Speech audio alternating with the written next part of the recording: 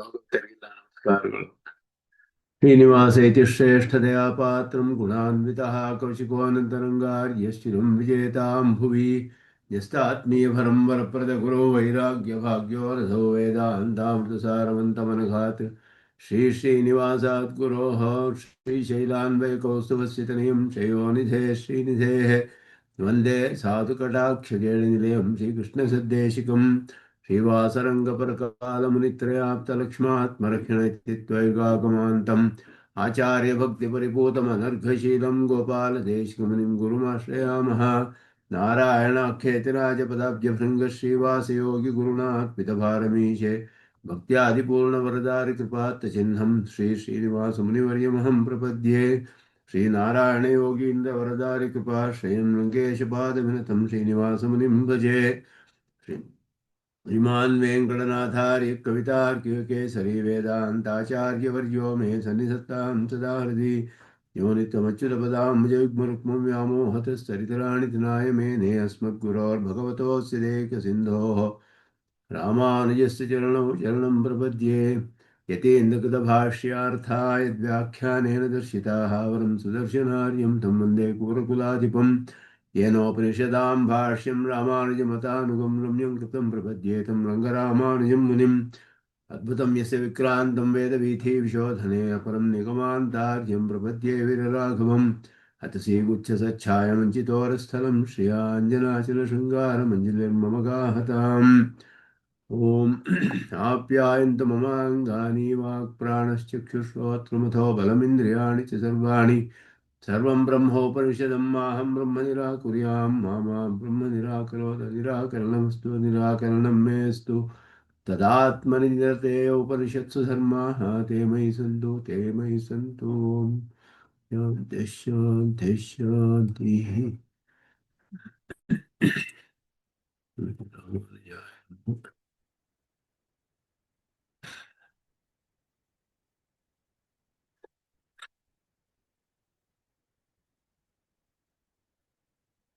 ಒಂದು ಸಲ 15ನೆಯ ಖಂಡವನ್ನ ಸದ್ವಿದ್ಯಾ ಪ್ರಕರಣದಲ್ಲಿ 15ನ ಖಂಡವನ್ನ ನೋಡಿದ್ದೀವಿ. ಅದರಲ್ಲಿ ಏನು ಅವನಿಗೆ ಸಂದೇಹ ಬಂದಿತ್ತು ಅಂತ ಹೇಳಿದಾಗ, ಈ ದೇಹದ ನಾಶವಾದರೆ ಅಂದರೆ ಮರಣವಾದಾಗ ಎಲ್ಲರಿಗೂ ಮೋಕ್ಷ ಮಾತ್ರ ಅಲ್ಲ, ಸಾಮಾನ್ಯವಾಗಿ ಎಲ್ಲರಿಗೂ ಕೂಡ ದೇಹದಿಂದ ದೇಹಕ್ಕೆ ಹೋಗುವಾಗ ಕೂಡ ಅವರಿಗೆ ನಾನು ದೇವನೋ ಮನುಷ್ಯನೋ ಅನ್ನುವ ಅಭಿಮಾನವು ಇರೋದಿಲ್ಲ. ಯಾಕೆ ಅಂದರೆ ಅವನಿಗೆ ಎಲ್ಲರೂ ಜ್ಞಾತಿಗಳೆಲ್ಲ ಬಂದು ಸುತ್ತಲೂ ನಿಂತುಕೊಂಡು ನಾನು ಯಾರು ತಿಳಿಯುತ್ತೆ ಅಂದರೆ ಅವನಿಗೆ ಸತ್ಶಬ್ದವಾಚಿನಾದ ಪರಮಾತ್ಮನೊಡನೆ ಸೇರಿಬಿಟ್ಟಿದಾಗ ಏನೂ ತಿಳಿಯೋದಿಲ್ಲ ಅವನಿಗೆ. ಆದ್ದರಿಂದ ಆ ಅಭಿಮಾನ ಅನ್ನೋದು ಎಂದೆಂದೂ ಇರುತ್ತಲ್ಲ, ಬಹಳ ಕಷ್ಟ ಅದನ್ನು ಕಳೆದುಕೊಳ್ಳೋದು. ದೇವೋಹಂ ಮನುಷ್ಯೋಹಂ ಅಂತ ಅಭಿಮಾನವನ್ನು ಕಳೆದುಕೊಳ್ಳೋದು ಬಹಳ ಕಷ್ಟವಾದದ್ದು. ದೇಹ ವಿಮೋಕ್ಷವಾದರೆ ಬ್ರಹ್ಮ ಸಂಪತ್ತಿ ಆಗುತ್ತೆ ಅಂತ ಹೇಳ್ತಿರಲ್ಲ, ಈ ಅಭಿಮಾನ ಹೋಗೋದೇ ಇಲ್ವಲ್ಲ, ಎಲ್ಲಾದರೂ ಇರುತ್ತಲ್ಲ ಇದು. ಆದ್ದರಿಂದ ದೇಹ ವಿಯೋಗವಾದಾಗ ಅದು ಹೋಗಿಬಿಡುತ್ತೆ, ಅದು ತಿಳಿಯೋದಿಲ್ಲ ಅಂತ ಮೊದಲು ಆ ವಿಷಯವನ್ನು ಕೇಳಿ, ಮೋಕ್ಷವಾದಾಗ ಅವನಿಗೆ ಅದು ಇರೋದೇ ಇಲ್ಲ ಇನ್ಮೇಲೆ ಅಂತ ಹೇಳ್ತಿರಲ್ಲ, ಇದು ಹೇಗೆ ನಂಬೋದು? ಇದರಲ್ಲಿ ಸ್ವಲ್ಪ ವಿಶ್ವಾಸ ಬರುವುದಕ್ಕೋಸ್ಕರ ಸ್ವಲ್ಪ ವಿಸ್ತಾರವಾಗಿ ವಿಶದವಾಗಿ ಹೇಳಿ ಅಂತ ಹೇಳಿದಾಗ, ಮರಣದ ಸಮಯದಲ್ಲಿ ಅವನಿಗೆ ಜ್ಞಾತಿಗಳು ಬಂದು ಅವನನ್ನು ಕೇಳ್ತಾರೆ, ಮಾಂ ಜಾನಾಸಿ ಅಂತ ಕೇಳಿದಾಗ ಅವನಿಗೆ ಸತ್ಶಬ್ದವಾಚನಾದ ಪರಮಾತ್ಮನನ್ನು ಸೇರಿಬಿಟ್ಟಾಗ ಏನು ತಿಳಿಯೋದಿಲ್ಲ. ಆದ್ದರಿಂದ ಅವನಿಗೆ ಯಥಾಸ್ಯ ವಾಂಗ್ಮನಸಿ ಸಂಪದ್ಯತೆ ಮನಃ ಪ್ರಾಣೇ, ಇದು ಹೋದ್ಸತಿ ನೋಡಿದ್ವಿ ಇದನ್ನು. ಪ್ರಾಣ ತೇಜಸಿ ತೇಜ ಪರಸ್ಯಾಂ ದೇವಸಾಯಾಂ ಅಥ ನ ಜಾನಾತಿ, ಯಾಗ ಎಲ್ಲ ಹೋಗಿ ಸೇರ್ಕೊಂಡ್ಬಿಡುತ್ತೋ ಆಗ ಏನು ತಿಳಿಯೋದಿಲ್ಲ ಅವನಿಗೆ. ಆದ್ದರಿಂದ ಅದಕ್ಕೆ ಸತ್ಶಬ್ದವಾಚನಾದ ಪರಮಾತ್ಮನ ಸೇರಿದ ಮೇಲೆ ಏನು ತಿಳಿಯೋದಿಲ್ಲ ಅವನಿಗೆ. ಇದು ಸಾಧ್ಯವಿರುವಾಗ ಮೋಕ್ಷದಲ್ಲಿಯೂ ಹಾಗೆ ಆಗುವುದಕ್ಕೆ ಸಾಧ್ಯವಿದೆ ಅನ್ನೋದು ಇಲ್ಲಿ ಪ್ರಧಾನವಾದ ವಿಷಯ. ಎಲ್ಲರಿಗೂ ಕೂಡ ಮರಣ ದಶೆಯಲ್ಲಿ ಸತ್ಶಬ್ದವಾಚಿನಾದ ಪರಮಾತ್ಮನನ್ನು ಸೇರಿದಾಗ ದೇಹಾಭಿಮಾನ ಅನನುವೃತ್ತೇ, ದೇಹಾಭಿಮಾನವು ಮುಂದುವರಿಯೋದಿಲ್ಲ. ತತ್ಪ್ರಯುಕ್ತ ದೇಹ ಸಂಬಂಧ ನಿತ್ಯತಾ ಶಂಕಾಯ ಅಸಂಭವಾತ್. ಆದ್ದರಿಂದ ಈ ಅಭಿಮಾನ ದೇಹ ನಿತ್ಯ ಅಂತ ಒಂದು ನೀನು ಸಂದೇಹ ಪಡಬೇಕಾಗಿಲ್ಲ. ಯಾರು ಮೋಕ್ಷೋಪಾಯನ ಅನುಷ್ಠಾನ ಮಾಡಿದಾರೋ ಅವನಿಗೆ ದೇಹ ಸಂಬಂಧವೇ ಇಲ್ಲದೆ ಇರುವಾಗ ಅಭಿಮಾನವೂ ಇರೋದಿಲ್ಲ. ಈ ಮರಣದಲ್ಲಿಯೇ ಇದನ್ನು ನೋಡಬಹುದು. ದೇಹ ಸಂಬಂಧ ನಿತ್ಯವಲ್ಲ, ಅನಿತ್ಯ, ಬರುತ್ತೆ ಹೋಗುತ್ತೆ. ದೇಹ ಸಂಬಂಧವು, ದೇಹ ಸಂಬಂಧ ಇರುವವರೆಗೂ ಅಭಿಮಾನವಿರುತ್ತೆ, ದೇಹ ಸಂಬಂಧ ಹೋದಾಗ ಅವನಿಗೆ ಅಭಿಮಾನವಿರೋದಿಲ್ಲ. ಅದೇ ರೀತಿಯಲ್ಲಿ ಅವನಿಗೆ ಮೋಕ್ಷದಲ್ಲಿ ಪರಮಾತ್ಮವನ್ನು ಹೋಗಿ ಸೇರಿದಾಗ ಅವನಿಗೆ ಅಭಿಮಾನವೆಲ್ಲ ಇನ್ಮೇಲೆ ಎಂದೂ ಇರೋದಿಲ್ಲ. ಆದ್ದರಿಂದ ತಸ್ಯ ತಾವದೇವ ಚಿರಂ ಯಾವನ್ನ ವಿಮೋಕ್ಷ್ಯೆ ಇತಿ ದೇಹ ಸಂಬಂಧ ಅತ್ಯಂತ ನಿವೃತ್ತಿ ಪ್ರತಿಪಾದಕ ಶ್ರುತೇಹೇನ ಅನುಪಪತ್ತಿ. ಶ್ರುತಿ ಹೇಳುತ್ತೆ ಅವನಿಗೆ ದೇಹ ಸಂಬಂಧ ಇರುವವರೆಗೆ ಅಷ್ಟೇ ಮರಣ ನಿಜ. ಸಾಮಾನ್ಯವಾಗಿ ಸಂಸಾರಿಗಳಿಗೆ ಮತ್ತೆ ಇನ್ನೊಂದು ದೇಹ ಸಂಬಂಧ ಬಂದಾಗ ಮತ್ತೆ ಆ ದೇಹದಲ್ಲಿ ಅಭಿಮಾನ ಉಂಟಾಗುತ್ತೆ. ಮರಣವಾದಾಗ ಅದು ಹೋಗ್ಬಿಡುತ್ತೆ, ಮತ್ತೆ ಇನ್ನೊಂದು ದೇಹ ಸಂಬಂಧ ಬಂದರೆ ಅದು ಉಂಟಾಗುತ್ತೆ. ಮೋಕ್ಷದಲ್ಲಿ ಅನುಷ್ಠಾನ ಮಾಡಿದವನಿಗೆ, ಉಪಾಯ ಅನುಷ್ಠಾನ ಮಾಡಿದವನಿಗೆ ಇದು ಇನ್ಮೇಲೆ ದೇಹ ಸಂಬಂಧವೇ ಇಲ್ಲದೆ ಇರೋದ್ರಿಂದ ಆ ಒಂದು ಅಭಿಮಾನವೆಲ್ಲ ಏನೂ ಇರೋದಿಲ್ಲ ಅಂತ ಹೇಳುತ್ತಲ್ಲ. ದೇಹ ಸಂಬಂಧವು ಕರ್ಮವಿರುವವರಿಗೆ ಅಷ್ಟೇ. ಅದು ಅತ್ಯಂತ ಉಪಪನ್ನವೇ ಶ್ರುತಿ ಹೇಳಿರೋದು. ಈ ಒಂದು ದೃಷ್ಟಾಂತವನ್ನು ತೋರಿಸಿ ಮರಣ ದಶೆಯಲ್ಲಿ ಇರೋದನ್ನು ತಿಳಿಸಿ ಮೋಕ್ಷದಲ್ಲಿಯೂ ಕೂಡ, ಮೋಕ್ಷದಲ್ಲಿ ಇದು ಶ್ರುತಿ ಏನು ಹೇಳುತ್ತೋ ಅದು, ಅದರಲ್ಲಿ ಅನುಪಪತ್ತಿ ಅನ್ನೋದು ಯಾವುದು ಇಲ್ಲ, ಅದರಲ್ಲಿ ಸಂದೇಹ ಪಡಬೇಕಾಗಿಲ್ಲ ಅನ್ನೋದು ಹೇಳಿದರು. ಸ ಏಷೋ ಅಣಿಮ ಪ್ರಾರಬ್ಧ ವಿಮೋಕ್ಷಾನಂತರ ಭಾವಿ ಸಂಪತ್ತಿ ಕರ್ಮತ್ವೇನ ಪೂರ್ವ ಖಂಡಿಕಾ ನಿರ್ದಿಷ್ಟ ಸಚ್ಛಬ್ದಿತ ಸ ಏಷಃ ಅಣುಹು. ಅದರಿಂದ ಪ್ರಾರಬ್ಧ ವಿಮೋಕ್ಷವಾದ ಮೇಲೆ ಪರಮಾತ್ಮನಲ್ಲಿ ಹೋಗಿ ಸೇರಿಕೊಳ್ಳುವಂತಹ ಸಚ್ಚಿಬ್ದವಾಚ್ಯನಾದ ಪರಮಾತ್ಮನಿದಾನಲ್ಲ, ಬಹಳ ಸೂಕ್ಷ್ಮನಾದವನು, ಎದರಲ್ಲಿಯೂ ಅಂತಃಪ್ರವೇಶ ಮಾಡಲು ಸಾಮರ್ಥ್ಯವನ್ನು ಉಳ್ಳವನು ಅನ್ನೋದನ್ನು ಇಲ್ಲಿ ಮತ್ತೆ ಅದನ್ನು ತಿಳಿಸ್ತಾರೆ ಅವನಿಗೆ, ಕೇತಕೇತುವಿಗೆ. ಮತ್ತೆ ಅವನಿಗೆ ಒಂದು ಸಂದೇಹ. ಭೂಯ ಭೂಯ ಓವಾಚ, ಮತ್ತೆ ಹೇಳ್ತಾನೆ, ಭೂಯ ಏವ ಮಾ ಭಗವಾನ್ ವಿಜ್ಞಾಪಯತು ತಥಾ ಸೌಮ್ಯೇತಿ ಹೋವಾಚ. ಇನ್ನೂ ಸ್ವಲ್ಪ, ಅದರಲ್ಲಿ ಇನ್ನೂ ಒಂದು ಸ್ವಲ್ಪ ಸಂದೇಹವಿದೆ ಈ ವಿಷಯದಲ್ಲಿ. ಏನು ಅಂದರೆ ದೇಹ ಮನುಷ್ಯಾದಿ ಪ್ರಕೃತಿಯ ಪ್ರಕೃತ್ಯಾತ್ಮಕತ್ವ ಅಭಿಸಂಧೌ. ದೇಹ ಮನುಷ್ಯಾದಿ ಪ್ರಕೃತಿ ಆತ್ಮಕತ್ವ ಅಭಿಸಂಧೌ. ದೇಹ ಮನುಷ್ಯ ಮೊದಲಾದವುಗಳಲ್ಲಿ ಆತ್ಮ ಅಂತ ತಿಳಿಯೋದ್ರಲ್ಲಿ ಅವನಿಗೆ ಅನರ್ಥವಾಗುತ್ತೆ, ಮತ್ತೆ ಅವನಿಗೆ ಜನ್ಮ ಉಂಟಾಗುತ್ತೆ. ಸದಾತ್ಮಕತ್ವ ಅಭಿಸಂಧೌ ತು ನ ಅನರ್ಥ ಪ್ರಾಪ್ತಿ ಇತಿ ನ ಶ್ರದ್ಧೇಯಂ. ಎಂದೆಂದಿಗೂ ಸಚ್ಚಿಬ್ದವಾಚಿನಾದ ಪರಮಾತ್ಮನನ್ನು ಹೋಗಿ ಕರ್ಮವೆಲ್ಲ ಮುಗಿದ ಮೇಲೆ ಅವನು ಸೇರ್ತಾನೆ. ಪ್ರತಿ ಮರಣದಲ್ಲೂ ಸಚ್ಚಿಬ್ದವಾಚಿನಾದ ಪರಮಾತ್ಮನನ್ನು ಸೇರ್ತಾನೆ. ಒಂದೊಂದು ಮರಣದಲ್ಲಿಯೂ ಆ ದೇಹದ ಅಭಿಮಾನ ಹೋಗುತ್ತೆ, ಇನ್ನೊಂದು ದೇಹ ಬಂದಾಗ ಅದರ ಅಭಿಮಾನ ಉಂಟಾಗುತ್ತೆ. ಅದರಲ್ಲಿಯೂ ಅಲ್ಲಿಯೂ ಸಚ್ಚಿಬ್ದವಾಚ್ಯನಾದ ಪರಮಾತ್ಮನನ್ನೇ ಸೇರ್ತಾನೆ, ಸುಷುಪ್ತಿಯಲ್ಲಿಯೂ ಸೇರ್ತಾನೆ.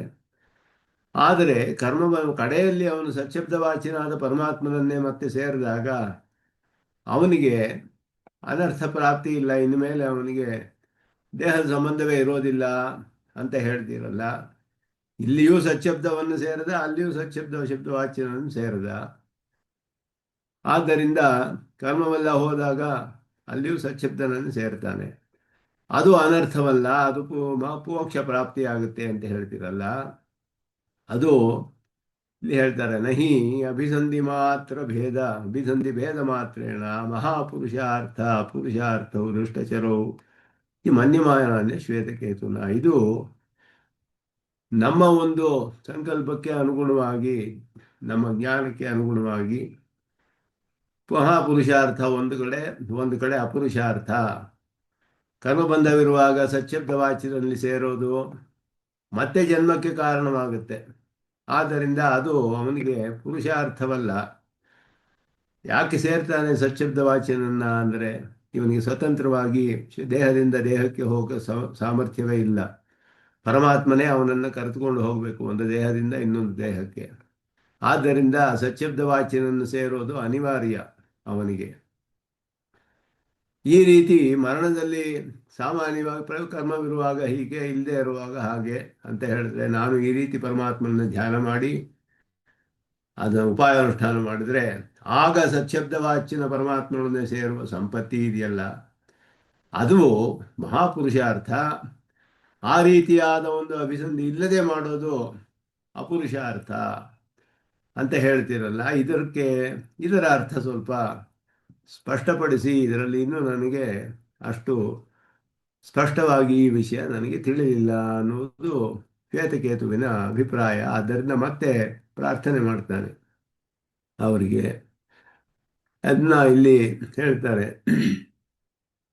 ಅದಕ್ಕೆ ಉತ್ತಮೂರು ಸ್ವಾಮಿಗಳು ಅತ್ರ ಖಂಡೇ ಇದಮಪಿ ಉಕ್ತಂ ಭವತಿ ಆಚಾರ್ಯ ಸಂಬಂಧ ರಹಿತಸ್ಯ ತದಜ್ಞತಾ ಮಾತ್ರೇಣ ನ ತದ್ವಸ್ತು ಸ್ವಭಾವಃ ಸ್ವಸ್ಯ ತದಜ್ಞತ್ವ ಮಾತ್ರೇಣ ತದಭಾವೇ ಇಷ್ಯಮಾಣೆ ಅದರ್ಶನಾವಸ್ಥಾಯಾಂ ಜ್ಞಾತಯಃ ಅಪಿ ನ ಸಂತಿ ಇತಿ ಸ್ಯಾತ್. ತಥಾ ಚ ಆಭಣಕಃ ಬಿಡಾಲೋ ಮೀಲಯೇತ್ ನೇತ್ರಂ ಭೂಲೋಕೋ ಅಸ್ತಮಿಯಾತ್ ಕಥಂ ಇತಿ ಅಂತ ಹೇಳಿದ್ರು. ಆಚಾರ್ಯ ಸಂಬಂಧವಿಲ್ಲೇ ಇರುವವನಿಗೆ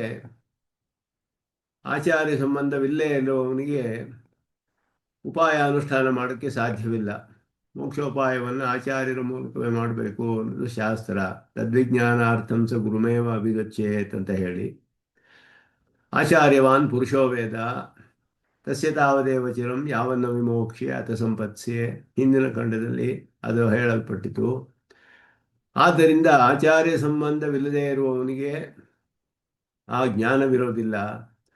ಆಗ ಅವನಿಗೆ ಅಪುರುಷಾರ್ಥ ಅಂತ ಹೇಳಿದ್ರೆ, ತನಗೆ ತಿಳಿದೇ ಇರೋದು ತಿಳಿಯೋದು, ಇದರಿಂದ ತನಗೆ ತಿಳಿದೇ ಇರೋದರಿಂದ ಅದರಲ್ಲಿ ಜ್ಞಾತಿಗಳು ಇರೋದಿಲ್ಲ ಅಂತ ಹೇಳಿದರು. ಇದು ಹೇಗಿದೆ ಅಂತ ಹೇಳಿದ್ರೆ, ಲೋಕದಲ್ಲಿ ಒಂದು ಬೆಕ್ಕು ತಾನು ಕಣ್ಣು ಮುಚ್ಕೊಂಡು ಬಿಟ್ಟು ಹಾಲು ಕುಡಿತಾ ಇರುವಾಗ ಯಾರು ನನ್ನನ್ನು ನೋಡ್ತಾ ಇಲ್ಲ ಅಂತ ತಿಳ್ಕೊಳ್ಳುತ್ತೆ. ಅದರ ಒಂದು ಕಾರ್ಯ, ತಾನು ಕಣ್ಣು ಮುಚ್ಕೊಂಡು ಬಿಟ್ಟು ಭೂಲೋಕ ಅಸ್ತಮಿಯಾತ್ ಕಥಂ, ತಾನು ಕಣ್ಣು ಮುಚ್ಕೊಂಡ್ಬಿಟ್ರೆ ಭೂಲೋಕವೆಲ್ಲ ಪ್ರಳಯವಾಗಿಬಿಡುತ್ತೆಯೇ, ಆಗೋದಿಲ್ವಲ್ಲ, ಅದಕ್ಕೇನು ಕಾಣೋದಿಲ್ಲ ಅಷ್ಟೇ.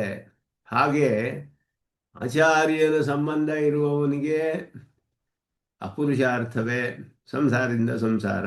ಆಚಾರ್ಯ ಸಂಬಂಧವಿದ್ದು ಈ ರೀತಿ ಜ್ಞಾನ ಬಂದವನಿಗೆ ಮೋಕ್ಷ. ಹೀಗೆ ಹೇಳೋದು ತನ್ನ ಒಂದು ಜ್ಞಾನದಿಂದ ಅಭಿಸಂಧಿ, ತನ್ನ ಒಂದು ಜ್ಞಾನದಿಂದಲೋ ಅಜ್ಞಾನದಿಂದಲೋ ಹೀಗೆ ಹೇಗೆ ಬರೋಕ್ಕೆ ಸಾಧ್ಯ ಇದು ಅನ್ನೋದು ಇದರಲ್ಲಿ ಒಂದು ವಿಶ್ವಾಸವನ್ನು ನನಗೆ ಉಂಟು ಮಾಡೋಕ್ಕೆ ಸ್ವಲ್ಪ ವಿವರವಾಗಿ ನನಗೆ ತಿಳಿಸಿ ಅಂತ ಇಲ್ಲಿ ಹೇಳ್ತಾರೆ ಅದನ್ನು. ಆದ್ದರಿಂದ ಇಲ್ಲಿ ಈ 8ನೇ ಖಂಡದಲ್ಲಿ ಹೇಳುವಾಗ, ಅಷ್ಟಮೇ ಖಂಡೇ ಯಾ ಪರದೇವತಾ ಸಂಪತ್ತಿರುಕ್ತ ಸಾ ನ ಸೂಕ್ಷ್ಮದೇಹ ಮಾತ್ರಸ್ಯ ಕಿಂತು ಜೀವವಿಶಿಷ್ಟ ದೇಹಸ್ಯ ಇತಿ ಚ ಅಥ ನ ಜಾನಾತಿ ತಂತ್ಯನ ದರ್ಶಿತಂ.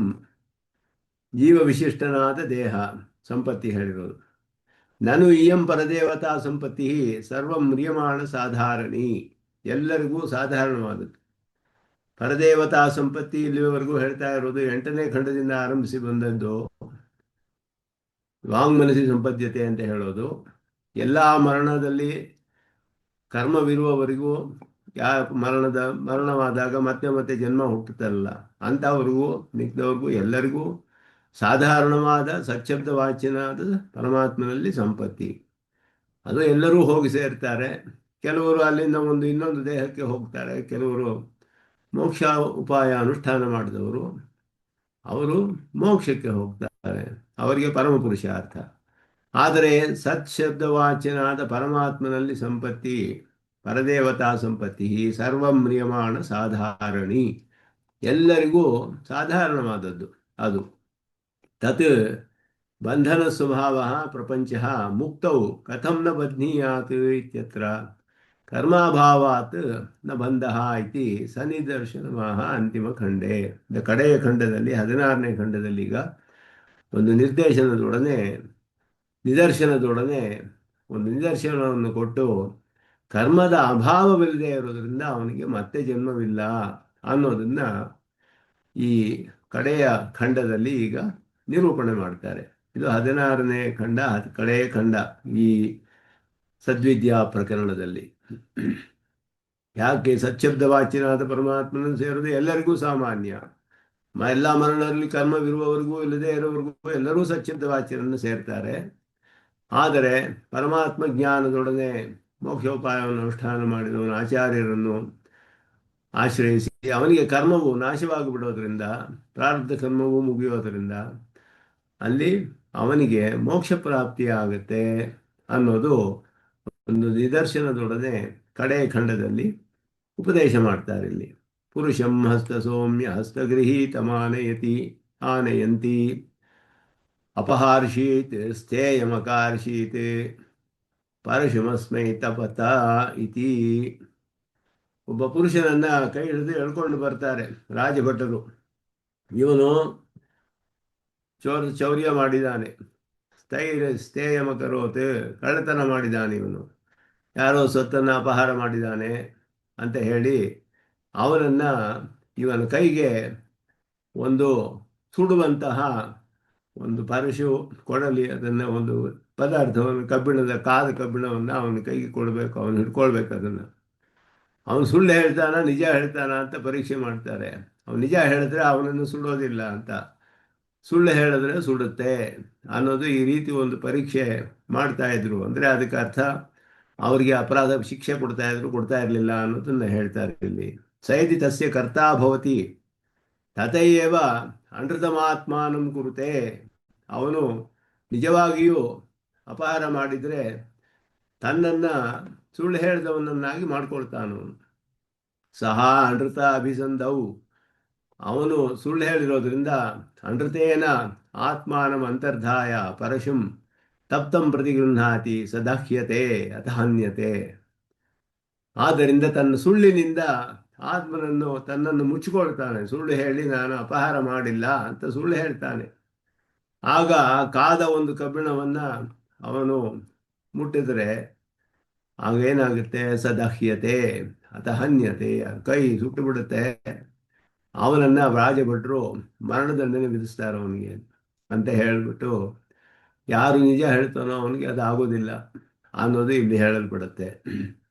ಐತದಾತ್ಮ್ಯಮಿದಂ ಸರ್ವಂ ತತ್ಸತ್ಯಂ ಇತಿ ಸತ್ಯಭೂತಂ ಸದಾತ್ಮತ್ವಂ ಅನುಸಂಧಾನಸ್ಯ ಏವ ಅನರ್ಥ ನಿವೃತ್ತಿ.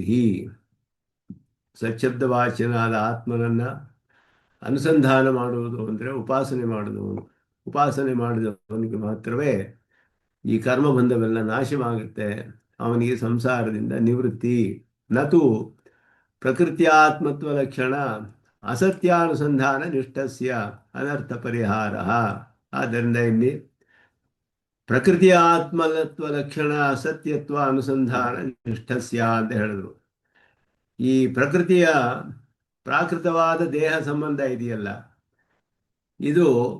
ಇದರ ಒಂದು ಅನುಸಂಧಾನ ಮಾಡ್ತಾ ಇದ್ರೆ ಅವನಿಗೆ ಈ ರೀತಿಯಾದ ಜನ್ಮಗಳೇ ಬರ್ತಾ ಇರುತ್ತೆ.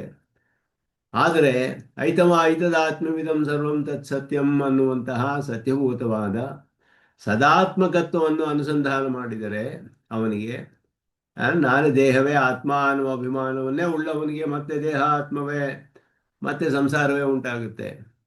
ಪರಮಾತ್ಮನನ್ನ ಉಪಾಸನೆ ಮಾಡಿದ್ರೆ ಎಲ್ಲವೂ ಪರಮಾತ್ಮನು ಎಲ್ಲಕ್ಕೂ ಆತ್ಮನಾಗಿದ್ದಾನೆ, ನನಗೂ ಆತ್ಮನಾಗಿದ್ದಾನೆ ಅಂತ ಆತ್ಮೈವತ್ತು ಉಪಗಚ್ಚಂತಿ ಗ್ರಾಹಯಂತಿ ಚ.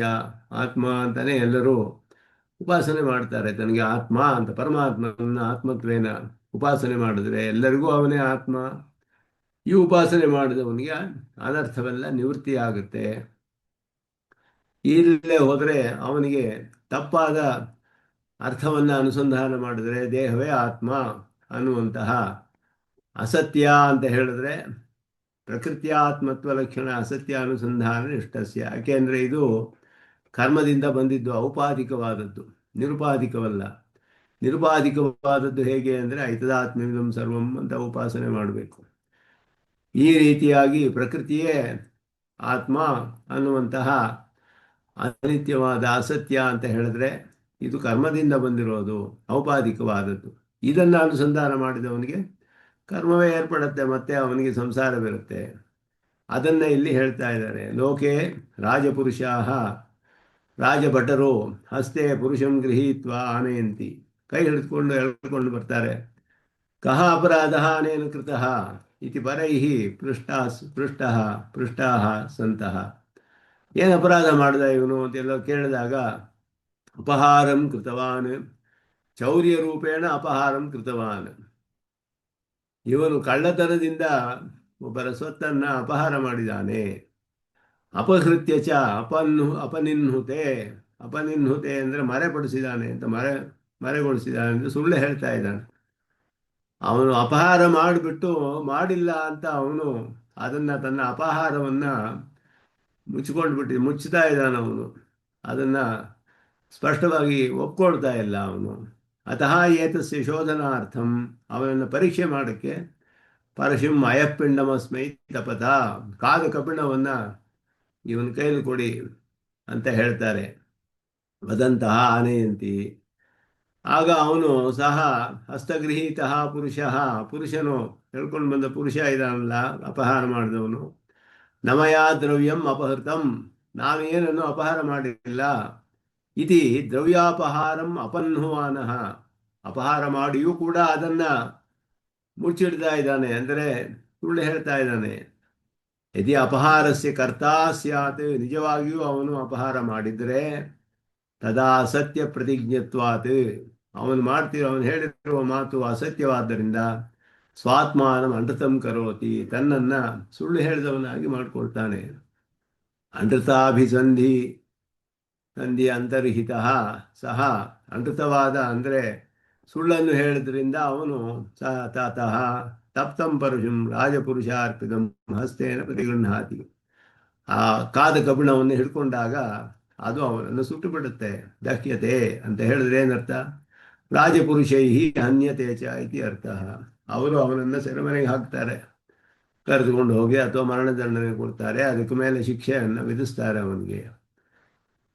ಹಾಗೆ ಅವನು ಯದಿ ತಸ್ಯ ಅಕರ್ತಾ ಭವತಿ, ಅವನು ಕಳ್ಳತನ ಮಾಡದೇ ಇದ್ರೆ, ನಿಜವಾಗಿಯೂ ಮಾಡಲಿಲ್ಲ ಅಂತ ಹೇಳಿದ್ರೆ, ತಥೈವ ಸತ್ಯಮಾತ್ಮಾನಂ ಕುರುತೆ, ತನ್ನನ್ನು ಸತ್ಯಾತ್ಮನನ್ನಾಗಿ ಮಾಡಿಕೊಳ್ತಾನೆ, ಸತ್ಯವನ್ನು ಹೇಳಿದವನಾಗಿ ಆಗ್ತಾನವನು. ಆಗ ಸಹ ಸತ್ಯಾಭಿಸಂಧ ಸತ್ಯೇನ ಆತ್ಮಾನಂ ಅಂತರ್ಧಾಯ ಪರಶುಂ ತತ್ವಂ ಪ್ರತಿಗೃಹಾತಿ. ನಿಜವಾದ ಮನುಷ್ಯನಾಗಿ, ನಿಜವನ್ನು ಹೇಳಿದವನವನ್ನಾಗಿ ನ ದಹ್ಯತೆ ಅಥ ಮುಚ್ಯತೆ, ಅವನಿಗೇನು ಸುಡೋದಿಲ್ಲ. ಅದು ಈ ರೀತಿ ಪರೀಕ್ಷೆ ಮಾಡ್ತಾ ಇದ್ರು ಅನ್ನೋದು ತಿಳಿದು ಬರುತ್ತೆ ನಮಗೆ. ಹಿಂದೆ ಎಲ್ಲ ಈ ರೀತಿಯಾಗಿ ಪರೀಕ್ಷೆ ಮಾಡೋರು, ಅದರಲ್ಲಿ ಈ ರೀತಿ ಕೆಲಸಗಳು ನಡೆಯೋದು ಅಂತಲೂ ತಿಳಿಯುತ್ತೆ. ಲೋಕದಲ್ಲಿ ಧರ್ಮವೆಲ್ಲ ಪ್ರವರ್ತಿತವಾದಾಗ, ಎಲ್ಲರೂ ಧರ್ಮಾನುಷ್ಠಾನ ಮಾಡ್ತಿದ್ದಾಗ ಇದೆಲ್ಲ ಸಾಧ್ಯ. ಆದ್ದರಿಂದ ಈ ರೀತಿ ಉಪನಿಷತ್ತು ಹೇಳುತ್ತೆ, ಹೀಗೆ ನಡೀತಾ ಇತ್ತು ಅಂತ ಹೇಳಿಬಿಟ್ಟು. ಸ ಯಥಾ ತತ್ರ ಅಂತ ದಹ್ಯೇತ, ಅವನಿಗೆ ಯಥಾ ದಾಹ್ಯೇತ, ಸುಳ್ಳು ಹೇಳದೆ ಹೋದರೆ ಅದು ಅವನನ್ನು ಸುಡೋದಿಲ್ಲ. ಆ ರೀತಿ ಐತದಾತ್ಮ್ಯಂ ಇದಂ ಸರ್ವಂ, ಇದನ್ನು ಮುಂದೆ ಅದನ್ನೇ ಹೇಳ್ತಾರೆ ಇಲ್ಲಿ. ಏಷ ಅಣಿಮಾ ಅನ್ನೋದು ಮಾತ್ರ ಹೇಳಲಿಲ್ಲ ಕಡೆ ಖಂಡದಲ್ಲಿ. ತತ್ ಸತ್ಯಂ ಸ ಆತ್ಮ ತತ್ ತಮಸಿ ಶ್ವೇತಕೇತೋ, ಅದನ್ನು ಮತ್ತೆ ಇಲ್ಲಿ ಅದನ್ನು ಉಪದೇಶ ಮಾಡ್ತಾರೆ. ಸ ಯದಿ ತಸ್ಯ ಚೌರ್ಯಸ್ಯ ಅಕರ್ತಾ ಏವ ಸನ್, ಅವನು ಅಪಹಾರ ಮಾಡದೆ ನಾಹಂ ಅಪಕಾರ್ಷ್ಯಂ ಇತಿ ಪ್ರತಿಜಾನೀಯಾತ್, ನಾನು ಅಪಹಾರ ಮಾಡಲಿಲ್ಲ ಅಂತ ಪ್ರತಿಜ್ಞೆ ಮಾಡಿದಾಗ, ತದಾ ಸತ್ಯಾಭಿಸಂಧಿ ವಶೇನ, ತಾನು ನಿಜವನ್ನ ಹೇಳಿರೋದ್ರಿಂದ ಆತ್ಮಾನಂ ಸತ್ಯಂ ಕೃತ್ವ, ತನ್ನನ್ನು ಸತ್ಯಭೂತನಾದವನಾಗಿ ಮಾಡಿಕೊಂಡು, ಸತ್ಯೇನ ಆತ್ಮಾನಂ ಅಂತರ್ಧಾಯ, ಆ ಸತ್ಯವೇ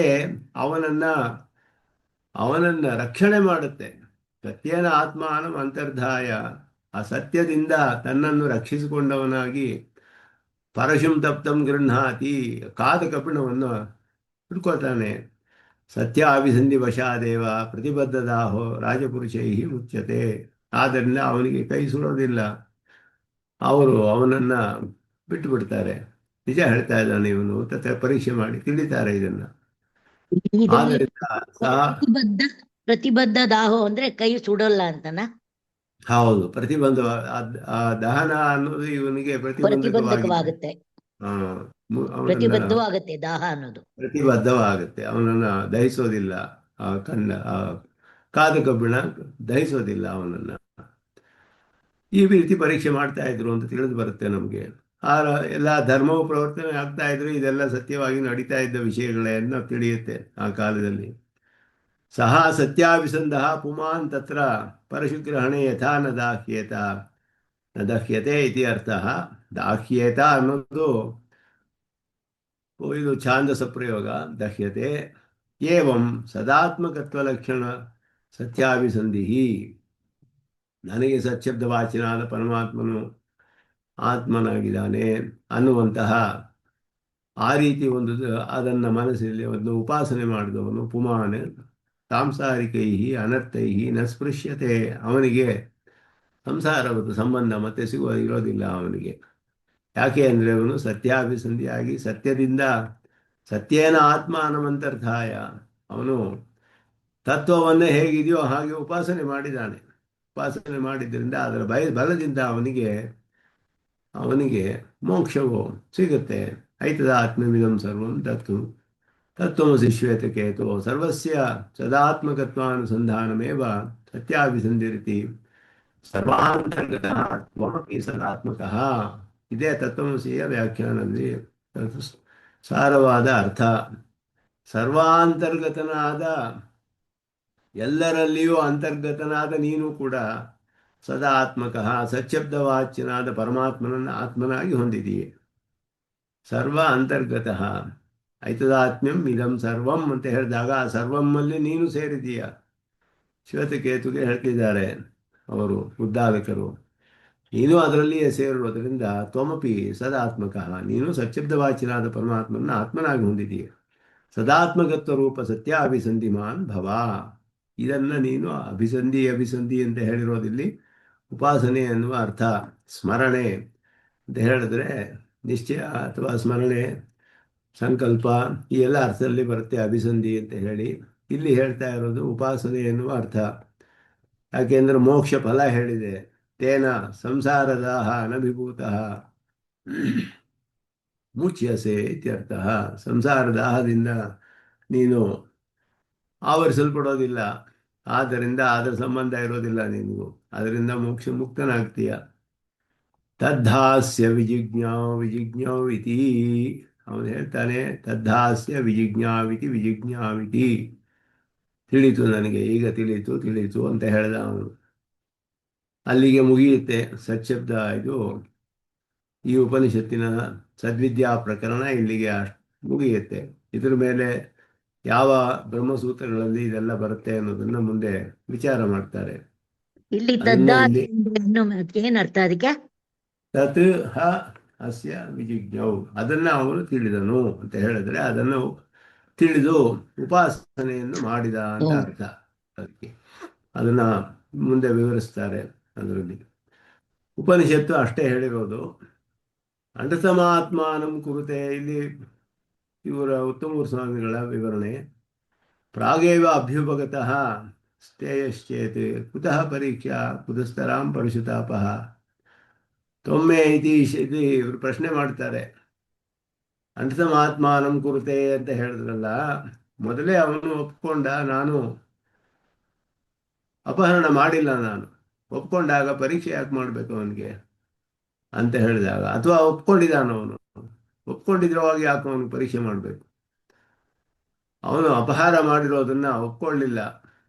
ತಮ್ಮ ಆತ್ಮಾನಂ ಕುರಿತೆ ಅಂದಾಗ ತನ್ನನ್ನ ಸುಳ್ಳು ಹೇಳಿದವನಾಗಿ ಮಾಡ್ಕೊಳ್ತಾನವನು. ಸುಳ್ಳು ಹೇಳಿದಾಗಿ ಮಾಡಿಕೊಂಡಾಗ ಅವನು ಪ್ರಾಗೇವ ಅಭ್ಯುಪಗತ ಸ್ಥೇಯ ಚೇತ್, ಅವನಿಗೆ ಅನೃತ ಅಂದರೆ ಸತ್ಯ, ತನ್ನ ಸತ್ಯನನ್ನಾಗಿ ಮಾಡ್ಕೊಳ್ತಾನೆ. ಅಭ್ಯುಪಗತಶ್ಚೇತ್, ತಾನೇ ಒಪ್ಕೊಂಡ್ಬಿಟ್ರೆ ಅವಾಗ ಪರೀಕ್ಷೆ ಯಾಕೆ ಮಾಡಬೇಕು.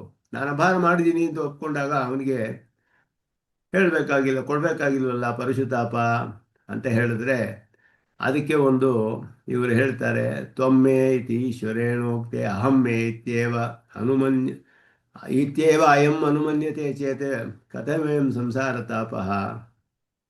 ಇಲ್ಲಿ ಅಹಂತೇ ಇತ್ಯೇವ ಇತ್ಯೇವ ಅಯಂ ಅನುಮನ್ಯತೆ ಚೇತ್, ಇದು ಪರಾಶರ ಭಟ್ಟರು ಅನುಸಂಧಾನ ಮಾಡುವ ಒಂದು ಶ್ಲೋಕ. ತ್ವಮೇಹಂ ಮೇ ಕುತಸ್ತತ್ ತದಪಿ ಕುತ ಇತಿ ವೇದಮೂಲ ಪ್ರಮಾಣಾತ್ ಅನ್ನುವ ಒಂದು ಶ್ಲೋಕವಿದೆ. ಪರಮಾತ್ಮನಿಗೂ ಜೀವಾತ್ಮನಿಗೂ ನಡೆಯುವ ಒಂದು ಸಂಭಾಷಣೆ.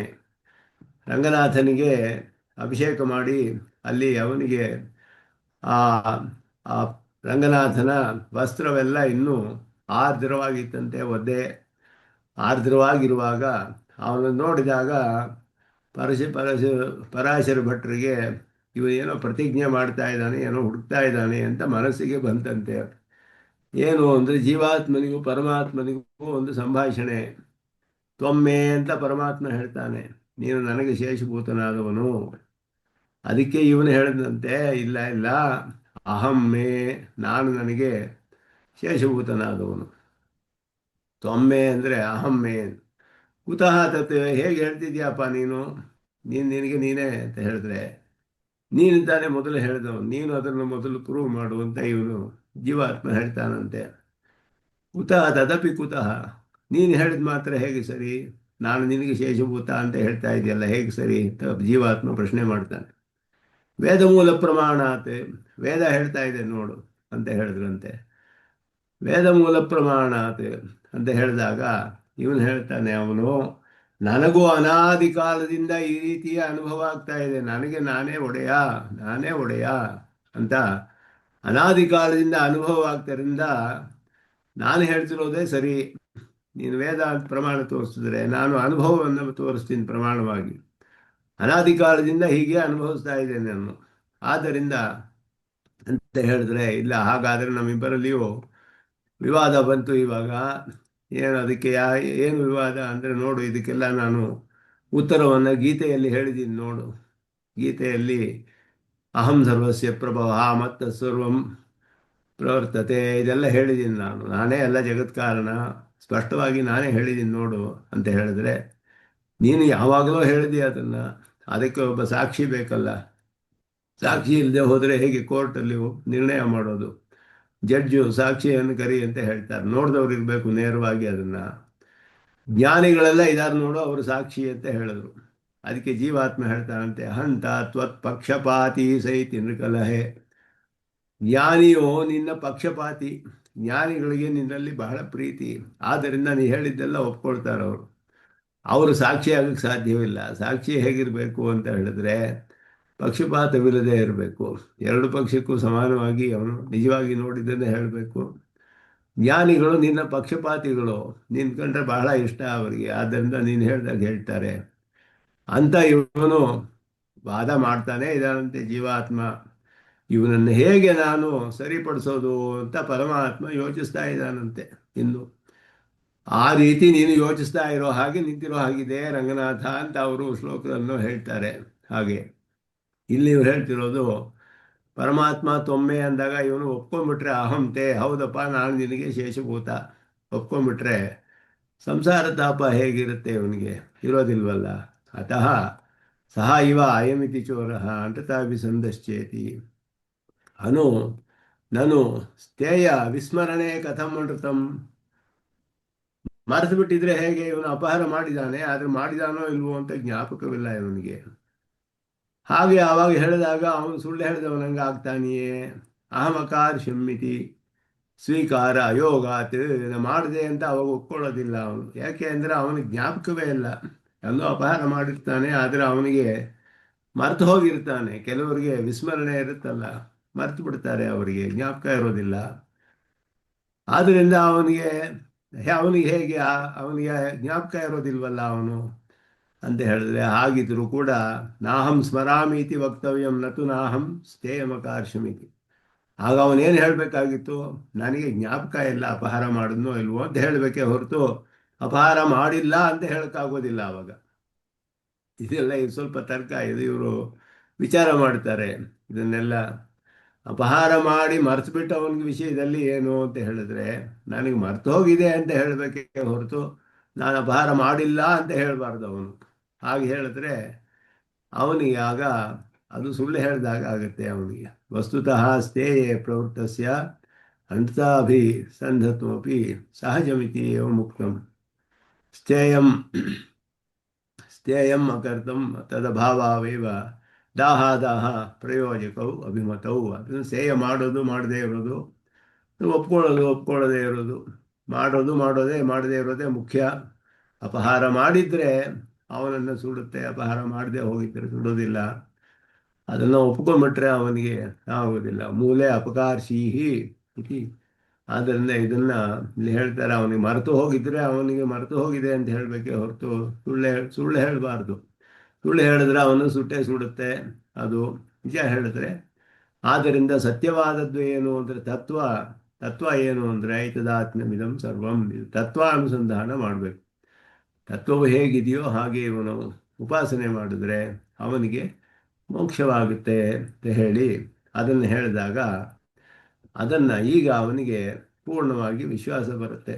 ಇದು ತತ್ವಜ್ಞಾನ ಬಂದು ಇನ್ನು ಮೇಲೆ ಅವನು ಅನುಷ್ಠಾನ ಮಾಡಿ ಮೋಕ್ಷವನ್ನು ಪಡೆದುಕೊಂಡ ಅನ್ನೋದು ಇಲ್ಲಿ ಅರ್ಥಸಿದ್ಧ ಅಂತ ತಿಳಿಯುತ್ತೆ. ಐತದಾತ್ಮ್ಯಮಿತಿ ಅಂತ ಹೇಳಿ ಅತ್ರ ಖಂಡೆ ಸಹ ಏಷಃ ಅಣಿಮ ಇತಿ ಅನುಕ್ತ್ವಾ. ಏಷಃ ಅಣಿಮ ಅನ್ನೋದು ಹೇಳಲಿಲ್ಲ ಇಲ್ಲಿ. ಸತ್ಯತ್ವಾದಿ ಉಪಪಾದನಾರ್ಥ ಇವ ಸರ್ವೈಮೇ ಖಂಡಾಹ ಇತಿ ಜ್ಞಾಯತೆ ಇತಿ ಪ್ರಾಗೇವ ಅಭಿಹಿತಂ. ಮೊದಲೇ ಹೇಳಿದ್ರು ಇಲ್ಲಿ ಅಣಿಮ ಐತದಾತ್ಮ್ಯಮಿದಂ ಸರ್ವಂ ತತ್ ಸತ್ಯಂ ಹೇಳುವಾಗ ಇಲ್ಲಿ ಸತ್ಯತ್ವ ಅನ್ನೋದನ್ನೇ ಉಪಪಾದನೆ ಮಾಡೋದು ಪ್ರಧಾನ. ಸೂಕ್ಷ್ಮ ಅನ್ನೋದಕ್ಕಿಂತ ಇಲ್ಲಿ ಹೇಳಲಿಲ್ಲ, ಸೂಕ್ಷ್ಮ ಅನ್ನೋದು ವಿಷಯ ಹೇಳಲಿಲ್ಲ. ಅದು ಸತ್ಯತ್ವವೇ ಇಲ್ಲಿ ಪ್ರಧಾನವಾಗಿ ಹೇಳಲ್ಪಟ್ಟಿದೆ. ತದ್ವಾಕ್ಯ ಅಪೇಕ್ಷ ವಾಕ್ಯೋಪೇಕ್ಷಾ ಕಾರಣಂತು ತಥಾ ಯಥಾ ತತ್ರ ದೃಷ್ಟಾಂತೆ ಸತ್ಯಾಭಿಸಂಧಃ ತಪ್ತಪರುಷುನಾ ನ ದಹ್ಯತೆ ಎವಮಿದಂ ಸರ್ವಂ ಐತದಾತ್ಮ್ಯಂ ಜಗರಿತಿ ನ ದಾಹ್ಯೇತ. ಅಂದರೆ ಇಲ್ಲಿ ಯಾಕೆ ಅದನ್ನು ಹೇಳಲಿಲ್ಲ ಅವರು ಅಂತ ಹೇಳಿದ್ರೆ, ಇಲ್ಲಿ ಸತ್ಯವನ್ನ ಹೇಳಿದವನು ಅಸತ್ಯವನ್ನು ಹೇಳಿದವನು ಅನ್ನುವ ಪರೀಕ್ಷೆ ನಡೀತಾ ಇದೆ. ಆದ್ದರಿಂದ ಇಲ್ಲಿ ಐತದಾತ್ಮ್ಯಮಿದಂ ಸರ್ವಂ ತತ್ ಸತ್ಯಂ ಅಂತ ಹೇಳಿರೋದ್ರಲ್ಲಿ ಇದು ಸತ್ಯಾಭಿಸಂಧ ಸ್ಯಾತ್ ಇತಿ ಅನ್ವಯಸ್ಯ ಸ್ಫುಟ ಪ್ರತಿಪತ್ತಯೇ.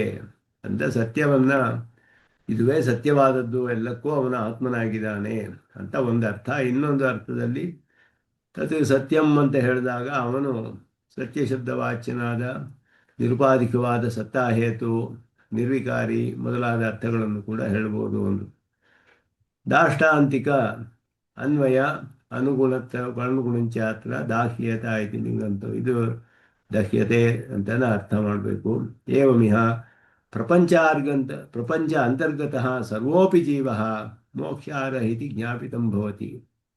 ಇದರಲ್ಲಿಯೂ ತಿಳಿಯುತ್ತೆ ಐತದಾತ್ಮ್ಯಂ ಇದಂ ಸರ್ವಂ ಅಂತ ಹೇಳಿ ಪ್ರಪಂಚದಲ್ಲಿರುವ ಎಲ್ಲರೂ ಅವನನ್ನು ಆತ್ಮನಾಗಿ ಹೊಂದಿದ್ದಾರೆ. ನೀನು ಅವನನ್ನು ಆತ್ಮನಾಗಿ ಹೊಂದಿದೀಯಾ. ಈ ಒಂದು ಅಭಿಸಂಧಿಯಿಂದ ಇದರ ಉಪಾಸನೆಯಿಂದ ನಿನಗೆ ಮೋಕ್ಷ ಅಂತ ಹೇಳಿದಾಗ ಪ್ರಪಂಚದಲ್ಲಿರುವ ಸರ್ವರೂ ಇದನ್ನು ಮಾಡಲು ಯೋಗ್ಯರು ಅನ್ನು ತಿಳಿಯುತ್ತೆ. ಎಲ್ಲರಿಗೂ ಮೋಕ್ಷಕ್ಕೆ ಅರ್ಹತೆ ಇದೆ. ಸರ್ವೋಪಿ ಜೀವ ಮೋಕ್ಷಾರ್ಹ ಇತಿ ಜ್ಞಾಪಿತಂ ಭವತಿ ತತ್ ಸತ್ಯಮಿತಿ.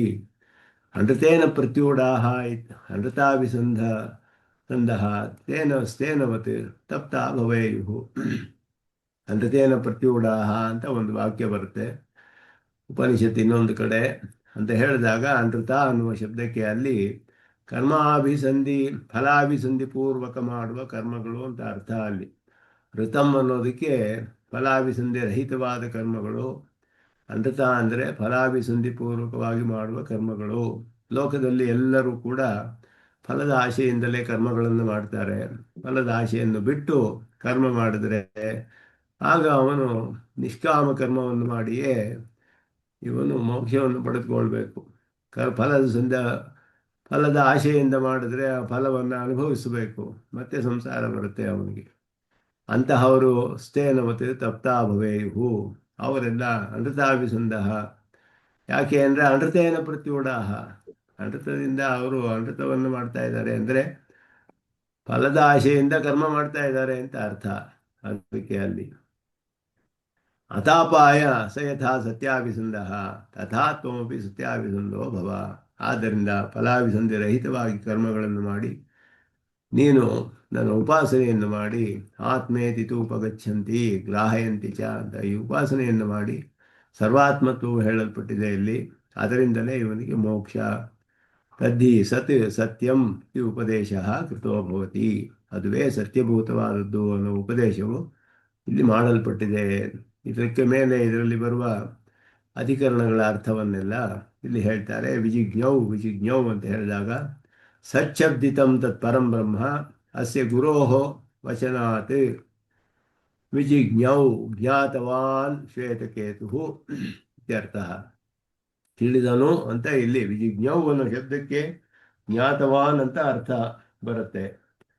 ಬ್ರಹ್ಮ ಜಿಜ್ಞಾಸ ಅನ್ನೋ ಥರನೇ ಬ್ರಹ್ಮ ಜಿಜ್ಞಾಸ ಜ್ಞಾತುಮಿಚ್ಛಾ. ಬರೀ ಇಚ್ಛೆ ಅಂದರೆ ಇಚ್ಛೆ ಇಲ್ಲ, ಇಷ್ಯಮಾಣ ವಸ್ತು ಪ್ರಧಾನತ್ವಾತ್ ಅಂತ ಅರ್ಥ ಮಾಡಿದ್ರು ಅಲ್ಲಿ.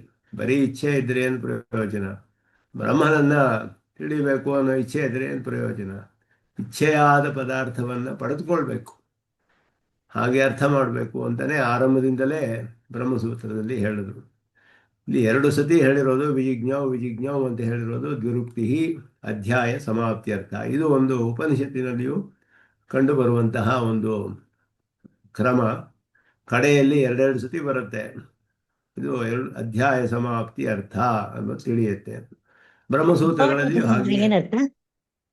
ಪ್ರಪಾಠಕ ಅಂದ್ರೆ ಪ್ರಪಾಠಕ ಅಂತ ಹೇಳಿದ್ರೆ ಅದು ಒಂದು ಭಾಗ, ಒಂದು ಅಧ್ಯಾಯ ಅಂತ ಅರ್ಥ, ಒಂದು ಸೆಕ್ಷನ್ ಅಂತ ಅರ್ಥ. ಪ್ರಪಾಠಕ ಅಂತ ಹೇಳಿದ್ರೆ ಒಂದು ಸೆಕ್ಷನ್ ಅನ್ನೋದಕ್ಕೆ ಆ ರೀತಿ ಅರ್ಥ ಬರುತ್ತೆ. ಇದೊಂದು ಅಧ್ಯಾಯ. ಅಷ್ಟಃ ಖಂಡ ಅಂತ ಹೇಳಿದಾಗ ಇಲ್ಲಿ ಅದು ಒಂದು ಅಧ್ಯಾಯ ಹೇಳಿದ್ರು. ಷಷ್ಠಃ ಪ್ರಪಾಠಕ ಅನ್ನೋದು 6ನೇ ಅಧ್ಯಾಯ ಅಂತ ಅರ್ಥ. ಖಂಡ ಅನ್ನೋದು ಅದರಲ್ಲಿ ಬರುವ ಸಬ್ಸೆಕ್ಷನ್ಸು, ಖಂಡಗಳು. 6ನೇ ಅಧ್ಯಾಯದಲ್ಲಿ 1ನೇ ಖಂಡ 2ನೇ ಖಂಡ ಅಂತ ಹೇಳಿ ಷೋಡಶಃ ಖಂಡ, ಇದು 16ನೇ ಭಾಗ. ಈ ಪ್ರಪಾಠಕದ 16ನೇ ಭಾಗ. ಪ್ರಪಾಠಕ ಅನ್ನೋದು ಅಧ್ಯಾಯ ಅನ್ನೋ ಅರ್ಥದಲ್ಲಿ ಬರುತ್ತೆ. ಷಷ್ಠೋಧ್ಯಾಯ ಷಷ್ಠಃ ಪ್ರಪಾಠಕ, ಅದು ಇನ್ನೊಂದು ಶಬ್ದ, ಅದಕ್ಕೆ ಪರ್ಯಾಯ ಪದ. ವೇದದಲ್ಲಿ ಈ ರೀತಿ ಹೇಳ್ತೀವಿ ನಾವು, ಪ್ರಶ್ನೆಗಳು ಪ್ರಪಾಠಕಗಳು ಹೀಗೆಲ್ಲ. ಅತ್ರ ವ್ಯಾಸಾರ್ಯೈ ಸುದರ್ಶನ ಸೂರಿಗಳ ಭಾಷ್ಯವನ್ನು ಇಲ್ಲಿ ಹೇಳ್ತಾರೆ. ವಿಜಿಜ್ಞೌ ಅನ್ನೋದಕ್ಕೆ ಏನು ಅರ್ಥ ಮಾಡಬೇಕು ಅನ್ನೋದು ಶ್ರುತಪ್ರಕಾಶಿಕೆಯಲ್ಲಿ ಇದು ವಿಸ್ತಾರವಾಗಿ ವ್ಯಾಖ್ಯಾನ ಮಾಡಲ್ಪಟ್ಟಿದೆ. ತದ್ಧಾಸ್ಯ ವಿಜಿಜ್ಞೌ ಇತ್ಯತ್ರ ವಿಜಿಜ್ಞೌ ಇತಿ ಪದಂ ಅವಿಜ್ಞಾತಂ ವಿಜ್ಞಾತಂ ಇತಿ ಪ್ರಕ್ರಮಶ್ರುತ ವಿಜ್ಞಾನ ಶಬ್ದ ಸಮಾನಾರ್ಥಂ. ಹೇಳಿದ್ರೆ ಏನು ಅಶ್ರುತೇನ ಅಶ್ರುತಂ ಶ್ರುತಂ ಭವತಿ, ಅಮತಂ ಮತಂ ಭವತಿ, ಅವಿಜ್ಞಾತಂ ವಿಜ್ಞಾತಂ ಭವತಿ. ಆರಂಭದಲ್ಲಿ ಹೇಳಿದ ಪ್ರಶ್ನೆ. ಆರಂಭದಲ್ಲಿಯೇ ಉದ್ದಾಲಕರು ಶ್ವೇತಕೇತವನ್ನು ಏನು ಪ್ರಶ್ನೆ ಮಾಡಿದ್ರು? ಉತತಂ ಆದೇಶಮ ಪ್ರಾಕ್ಷ್ಯೋ ಏನ ಅಶ್ರುತಂ ಶ್ರುತಂ ಭವತಿ, ಅಮತಂ ಮತಂ ಅವಿಜ್ಞಾತಂ ವಿಜ್ಞಾತಂ ಭವತಿ ಅಂತ ಹೇಳಿದ್ರಲ್ಲ. ಆರಂಭದಲ್ಲಿ ಹೇಳಿದ ಅವಿಜ್ಞಾತಂ ವಿಜ್ಞಾತಂ ಅಂತ ಆರಂಭಿಸಲ್ಪಟ್ಟ ವಿಜ್ಞಾನ ಶಬ್ದದ ಸಮಾನಾರ್ಥವೇ ಇಲ್ಲಿಯೂ ತೆಗೆದುಕೊಳ್ಬೇಕು. ಯಾಕೆ ಅಂದರೆ ಅಲ್ಲಿಯೇ ಆರಂಭವಾಗುವಾಗ ಅದೇ ಕೇಳಿದ್ದವರು. ಒಂದನ್ನು ತಿಳಿದ್ರೆ ಎಲ್ಲ ತಿಳಿಬಹುದು ಅಂತ ಹೇಳಿದ್ರೆ ಆ ಅರ್ಥದಲ್ಲಿ ಅಲ್ಲಿ ವಿಜ್ಞಾತಂ ಅಂತ ಹೇಳುವ ಶಬ್ದವೇ ಇಲ್ಲಿಯೂ ಅರ್ಥ ಮಾಡಬೇಕು. ಅತಯೇವ ಉಪಾಸನ ವಚನಂ ಇತಿ ಉಕ್ತಂ. ಅದರಿಂದ ಇದು ಉಪಾಸನೆಯನ್ನು ತಿಳಿಸುತ್ತೆ. ಒಂದನ್ನು ತಿಳಿದ್ರೆ ಎಲ್ಲವನ್ನು ತಿಳಿಯಬಹುದು ಅಂತ ಹೇಳಿದ್ರೆ ಬರೀ ತಿಳಿಯೋದು ಅಂತ ಅರ್ಥವಲ್ಲ. ಅದನ್ನು ಅನುಸಂಧಾನ ಮಾಡಿ ಮೋಕ್ಷವನ್ನು ಪಡೆದುಕೊಳ್ಬಹುದು. ಅದು ಶ್ರವಣ ಮನನ ನಿಧಿಧ್ಯಾಸನ ಅಂತ ಹೇಳಿದ್ದಕ್ಕೆ ಸಮಾನಾರ್ಥಕ. ಅಶ್ರುತಂ ಅಮತಂ ಅವಿಜ್ಞಾತಂ ಅನ್ನೋದು ಶ್ರುತಂ ಮತಂ ವಿಜ್ಞಾತಂ ಶ್ರವಣ ಮನನ ನಿಧಿಧ್ಯಾಸನವನ್ನು ಅರ್ಥವನ್ನಾಗಿ ಮಾಡಿದ್ರು ಅದಕ್ಕೆ. ಅದರಿಂದಲೇ ಮೋಕ್ಷ ಅಂತ ಹೇಳಲ್ಪಟ್ಟಿದೆ. ದ್ರಷ್ಟವ್ಯ ಶ್ರೋತವ್ಯೋ ಮಂತವ್ಯೋ ನಿಧಿಧ್ಯಾಸಿತವ್ಯ ಅಂತ ಹೇಳಿ, ಅದು ದ್ರಷ್ಟವ್ಯ ನಿಧಿಧ್ಯಾಸಿತವ್ಯ ಅನ್ನೋದು ವಿಶಿಷ್ಟ ವಿಧಿ ಅದು. ಆ ವಿಧಿ ಆ ಅರ್ಥದಲ್ಲಿಯೇ ಇಲ್ಲಿಯೂ ಕೂಡ ಆರಂಭದಲ್ಲಿಯೇ ಅದು ವಿಜ್ಞಾತ ಶಬ್ದವು ಹೇಳಲ್ಪಟ್ಟಿತು. ಇಲ್ಲಿಯೂ ವಿಜಜ್ಞೌ ಅಂತ ಹೇಳಿದಾಗಲೂ ಕೂಡ ತಿಳಿದವನು ಅಂತ ಹೇಳಿದ್ರೆ ಬರೀ ತಿಳಿಯೋದು ವಾಕ್ಯಾರ್ಥ ಜ್ಞಾನ ಅನ್ನುವ ಅರ್ಥ ಮಾಡೋಕ್ಕೆ ಸಾಧ್ಯವಿಲ್ಲ ಇಲ್ಲಿ. ತತ್ತು ಸಂಭವಾಭಿಪ್ರಾಯೇಣ ಅದು ಹಾಗೆಯೇ ಉಂಟಾಗುತ್ತೆ. ಅದು ಹಾಗೆ ಅರ್ಥ ಮಾಡಲ್ಪಟ್ಟಿದೆ.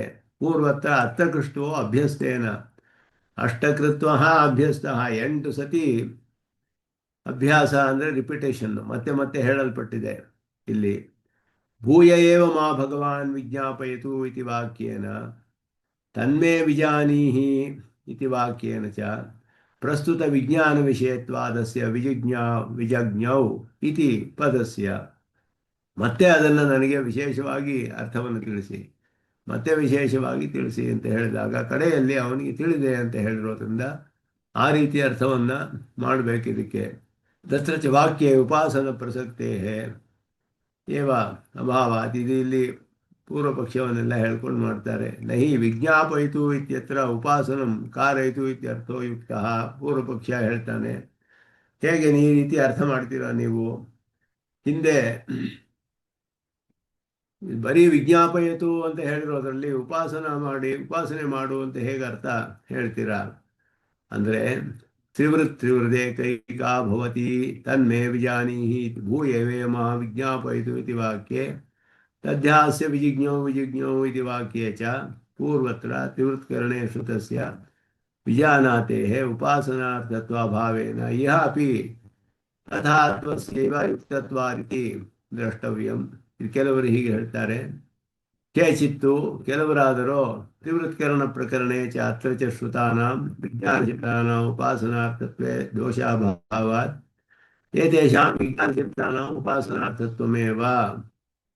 ಎಲ್ಲ ಕಡೆಯೂ ಉಪಾಸನೆಯನ್ನೇ ಹೇಳಬೇಕೆ, ಎಲ್ಲ ಕಡೆಯಲ್ಲಿ ಮಾತ್ರ ಉಪಾಸನೆ ಹೇಳಬೇಕೆ ಅನ್ನೋದು ಅರ್ಥ ಇಲ್ಲಿ. ಒಂದೊಂದು ಖಂಡದಲ್ಲಿಯೂ ಹೇಳಲ್ಪಟ್ಟಿದೆ. ಅವನಿಗೆ ಮತ್ತೆ ಭೂಯೇವ ವಿಜ್ಞಾಪಯಿತು ಅಂತ ಹೇಳಿದಾಗ ಮತ್ತೆ ಮತ್ತೆ ಹೇಳು, ಮತ್ತೆ ಮತ್ತೆ ತಿಳಿಸಿ ಅಂತ ಹೇಳಿದಾಗ ಅಲ್ಲಿಯೂ ವಿಜ್ಞಾಪನ ಅನ್ನುವ ಶಬ್ದ ಬರುತ್ತೆ. ತದ್ದಾಸ್ಯ ವಿಜಜ್ಞವು ಅಂತ ಕಡೆಯಲ್ಲಿ ಬರುತ್ತೆ. ಇದು ಎರಡಕ್ಕೂ ಹೇಗೆ ಅರ್ಥ ಮಾಡಬೇಕು ಅಂತ ಕೆಲವರು ಹೇಳಿದ್ರು. ತ್ರಿವೃತ್ಕರಣ ಪ್ರಕರಣದಲ್ಲಿ ಹೇಳಿದಂತಹ ವಿಜ್ಞಾನ ಶಬ್ದವು ಉಪಾಸನಾರ್ಥತ್ವದಲ್ಲಿ ದೋಷ ಅಭಾವಾತ್ ಏತೇಷಾಂ ವಿಜ್ಞಾನ ಶಬ್ದಾನ ಉಪಾಸನಾರ್ಥತ್ವಮೇವ. ತ್ರಿವೃತ್ಕರಣ ಪ್ರಕರಣದಲ್ಲಿ ಹೇಳಿದ ವಿಜ್ಞಾನ ಶಬ್ದಕ್ಕೆ ಅಲ್ಲಿ ಹೇಳಿದಾಗ ಉಪಾಸನಾರ್ಥತ್ವ ಹೇಳಬಹುದು, ಅದರಲ್ಲಿ ಯಾವ ದೋಷವೂ ಇಲ್ಲ. ಇಲ್ಲಿಯೂ ಹಾಗೆ ಅರ್ಥ ಮಾಡಬಹುದು. ಅಥವಾ ಮಧ್ಯದಲ್ಲಿ ವಿಜ್ಞಾನ ಶಬ್ದಾನಾಂ ಅತಥಾತ್ವೇಪಿ, ಮಧ್ಯದಲ್ಲಿ ಹೇಳಿರುವ ವಿಜ್ಞಾನ ಶಬ್ದಗಳು ಉಪಾಸನೆಯನ್ನು ಹೇಳದೇ ಇದ್ರೂ ಕೂಡ ಉಪಸಂಹಾರ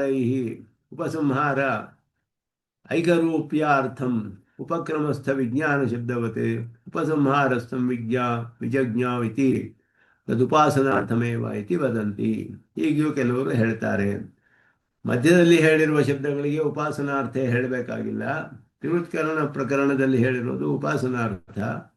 ಅದಾದ ಮೇಲೆ ಹೇಳಿರೋದು ಮಧ್ಯಖಂಡಗಳಲ್ಲಿ ಹೇಳಿರೋದು ಅದು ಉಪಾಸನೆ ಅಂತ ಮಾಡದೇ ಇದ್ರೂ ಆರಂಭದಲ್ಲಿ ಉಪಕ್ರಮ ಮತ್ತು ಉಪಸಂಹಾರ ಅನ್ನುವುದು ಒಂದು ಮುಖ್ಯವಾದ ಷಡ್ವಿಧ ತಾತ್ಪರ್ಯ ಲಿಂಗದಲ್ಲಿ ಪ್ರಧಾನವಾದ ತಾತ್ಪರ್ಯ ಲಿಂಗ.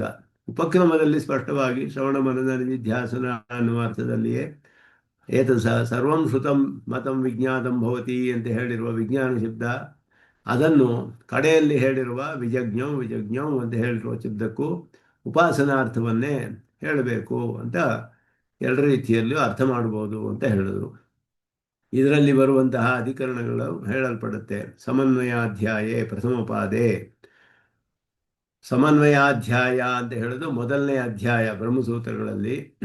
ಮೊದಲನೇ ಅಧ್ಯಾಯ 4 ಅಧ್ಯಾಯಗಳಲ್ಲಿ ಸಮನ್ವಯಾಧ್ಯಾಯ, ಅವಿರೋಧಾಧ್ಯಾಯ ಮತ್ತು ಉಪಾಯ ಸಾಧನಾಧ್ಯಾಯ, ಫಲಾಧ್ಯಾಯ ಅಂತ 4 ಅಧ್ಯಾಯಗಳಿಗೆ ಹೆಸರು. ಸಾಮಾನ್ಯವಾಗಿ ಮೊದಲ ಅಧ್ಯಾಯದಲ್ಲಿ ಸಮನ್ವಯ ಮಾಡಲ್ಪಟ್ಟಿದೆ. ಸಮನ್ವಯ ಅಂತ ಹೇಳಿದ್ರೆ ಸಮ್ಯಕ್ ಪುರುಷಾರ್ಥತೆಯ ಅನ್ವಯ. ಬ್ರಹ್ಮವನ್ನು ತಿಳಿಯುವುದೇ ಉಪಾಸನೆ ಮಾಡುವುದೇ ಪುರುಷಾರ್ಥ, ಪರಮ ಪುರುಷಾರ್ಥ. ಸಿದ್ಧವಸ್ತುವಾದರೂ ಆನಂದ ಸ್ವರೂಪವಾದ ಪರಮಾತ್ಮನನ್ನು ತಿಳಿದು ಅನುಭವವೇ ಅದುವೇ ಅತ್ಯಂತ ಆನಂದದಾಯಕವಾದದ್ದು. ಅದುವೇ ಪರಮ ಪುರುಷಾರ್ಥ ಅಂತ ಸಪ್ತತ್ತು ಸಮನ್ವಯಾತ್ ಅಂತ ಸೂತ್ರದಲ್ಲಿ ಹೇಳಿದ್ರು. ಪ್ರಯೋಜನವಿದೆ, ಬ್ರಹ್ಮವನ್ನು ತಿಳಿಯೋದ್ರಿಂದ ಪ್ರಯೋಜನವಿದೆ ಅಂತ ಹೇಳಿದ್ರು.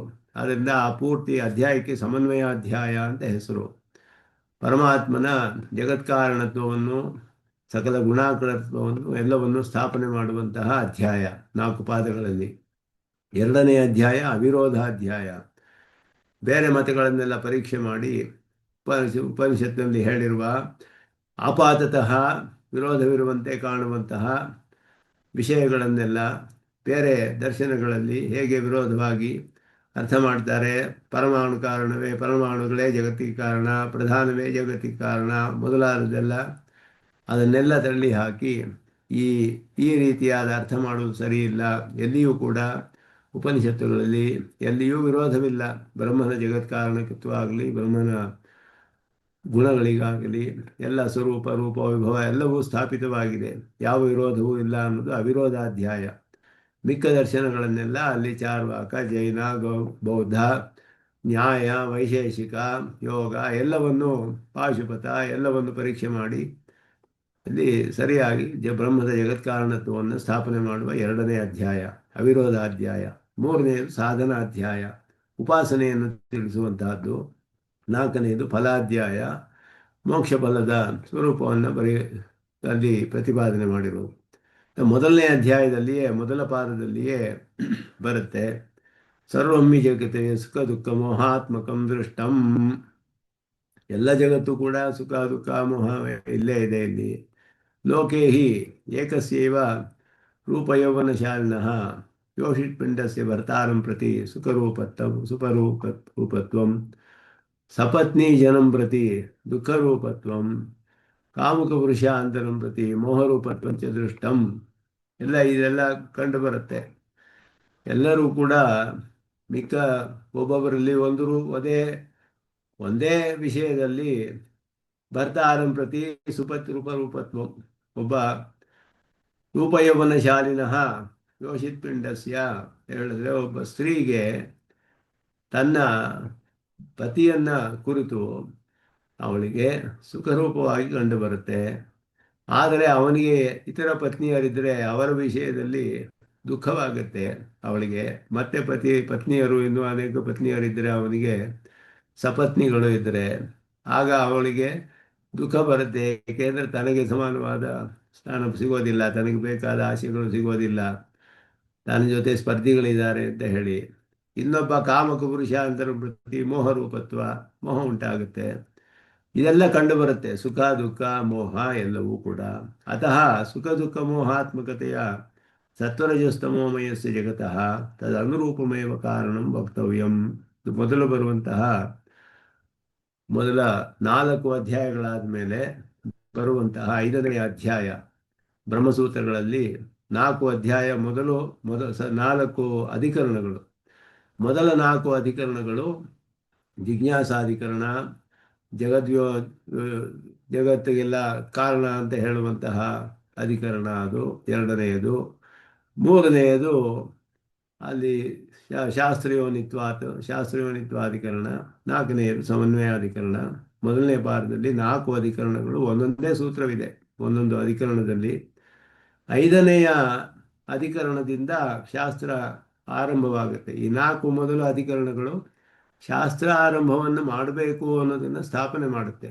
ಬ್ರಹ್ಮವು ಪಡೆದುಕೊಳ್ಪಡಬೇಕು, ಬ್ರಹ್ಮವನ್ನು ಪಡೆಯಬೇಕು ಒಬ್ಬನು ಅನ್ನೋದನ್ನು ಅಥಾತೋ ಬ್ರಹ್ಮ ಜಿಜ್ಞಾಸ. ಜನ್ಮಾದ್ಯಸ್ಯತಃ ಅಂತ ಹೇಳಿ ಬ್ರಹ್ಮನಿಗೆ ಒಂದು ಲಕ್ಷಣವನ್ನು ಹೇಳಕ್ಕೆ ಸಾಧ್ಯ. ಅದನ್ನು ಶಾಸ್ತ್ರಯೋನಿತ್ವಾತ್ ಅಂತ ಹೇಳಿ ಶಾಸ್ತ್ರವೇ ಅದಕ್ಕೆ ಪ್ರಮಾಣ. ಬೇರೆ ಪ್ರತ್ಯಕ್ಷ ಅನುಮಾನಗಳಿಂದ ತಿಳಿಯಕ್ಕೆ ಸಾಧ್ಯವಿಲ್ಲ. 4ನೇದು ಸಮನ್ವಯಾಧಿಕರಣ, ಇದಕ್ಕೆ ಪ್ರಯೋಜನವೂ ಇದೆ. ಆದ್ದರಿಂದ ಅದುವೇ ಪರಮಪುರುಷಾರ್ಥ ಲಕ್ಷಣ ರೂಪವಾದದ್ದು. ಮೋಕ್ಷವನ್ನು ಪಡೆದುಕೊಳ್ಳಬಹುದು. ಈ 4 ಸ್ಥಾಪಿಸಿದಾಗ ಅದಕ್ಕೆ ಮೇಲೆ 5ನೇ ಅಧಿಕರಣ ಈಕ್ಷತ್ಯಧಿಕರಣ ಅಂತ ಹೇಳಿಬಿಟ್ಟು ಸಾಂಖ್ಯರು ಪೂರ್ವಪಕ್ಷ ಅಲ್ಲಿ ಹೇಳಿದಾಗ ಎಲ್ಲವೂ ಜಗತ್ತೆಲ್ಲ ಸುಖ ದುಃಖ ಮೋಹ ರೂಪಾತ್ಮಕವಾಗಿದೆ. ಇಂತಹ ಸುಖ ರಜಸ್ಸು ತಮಸ್ಸು, ಸತ್ವರಜಸ್ ತಮಸ್ಸು ಉಳ್ಳಂತಹ ತ್ರಿಗುಣಾತ್ಮಕವಾದ ಜಗತ್ತು ಅದಕ್ಕೆ ಅನುಗುಣವಾದ ಕಾರಣವನ್ನು ತಾನೇ ಹೊಂದಿರಬೇಕು. ಕಾರ್ಯ ಹೇಗಿರಬೇಕು ಅಂದರೆ ಕಾರಣಕ್ಕೆ ಅನುಗುಣವಾಗಿ ಕಾರ್ಯವಿರುತ್ತೆ. ಕಾರಣದ ಗುಣಗಳು ಕಾರ್ಯದಲ್ಲಿ ಬರುತ್ತೆ. ಕಾರಣಸ್ಯ ಗುಣ ಕಾರ್ಯೇ ಸಂಕ್ರಾಮಂತಿ ಎನ್ನುವುದು ಸಾಮಾನ್ಯವಾದ ನ್ಯಾಯ, ಎಲ್ಲ ಒಪ್ಕೊಳ್ಳುವಂತಹದ್ದು. ಜಗತ್ತೆಲ್ಲವೂ ತ್ರಿಗುಣಾತ್ಮಕವಾಗಿದೆ, ಸುಖ ದುಃಖ ಮೋಹವಾದ್ದರಿಂದ ಈ ರೀತಿ ಇರುವುದೇ ಕಾರಣ ಆಗಿರಬೇಕು ಜಗತ್ತಿಗೆ. ಈ ರೀತಿ ಇರೋದು ಯಾವುದು ಅಂದರೆ ತ್ರಿಗುಣಾತ್ಮಕವಾದ ಪ್ರಕೃತಿ ಪ್ರಧಾನ, ಅದುವೇ ಜಗತ್ಕಾರಣ. ಅಂತ ಹೇಳಿ ಅದುವೇ ಉಪಾದಾನ ಕಾರಣ ಜಗತ್ತಿಗೆ ಅಂತ ಹೇಳುವಂತಹ ಸಾಂಖ್ಯರು, ಕಪಿಲರ ಪಕ್ಷ. ಯುಕ್ತಿ ಸಿದ್ಧಂ, ಇದು ಯುಕ್ತಿಯಿಂದ ಸಿದ್ಧವಾಗುತ್ತೆ. ಯಾಕೆ ಅಂದರೆ ಮೊದಲನೇ ಸೂತ್ರದಲ್ಲೇ ಬಾದರಾಯಣರು ಅಲ್ಲಿ ಈಕ್ಷತೆ ಅಧಿಕರಣದಲ್ಲಿ ಹೇಳ್ತಾರೆ, ಈಕ್ಷತೆ ಹೇನ ಅಶಬ್ದಂ ಅಂತ ಹೇಳಿ. ಅಶಬ್ದಂ ಅಂತ ಹೇಳಿದ್ರೆ ಯಾವುದರ ವಿಷಯದಲ್ಲಿ ಶಬ್ದವು ಪ್ರಮಾಣವಲ್ಲವೋ ಅದು ಅಂತ ಅರ್ಥ. ಆನುಮಾನಿಕ ಪ್ರಧಾನ ಅಂತ ಅರ್ಥ. ಅದಕ್ಕೆ ಪ್ರಧಾನವು ಜಗತ್ಕಾರಣ ಅನ್ನೋಕ್ಕೆ ಶಬ್ದ ಪ್ರಮಾಣವಿಲ್ಲ. ಆದ್ದರಿಂದ ಅದಕ್ಕೆ ಬಾದರಾಯಣರು ಅಶಬ್ದಂ ಅಂತಾನೆ ಶಬ್ದವನ್ನು ಉಪಯೋಗಿಸಿದ್ರು ಪ್ರಧಾನಕ್ಕೆ. ಯುಕ್ತಿ ಸಿದ್ಧಂ, ಇದು ಯುಕ್ತಿಯಿಂದ ಸಾಧಿಸ್ತಾರೆ.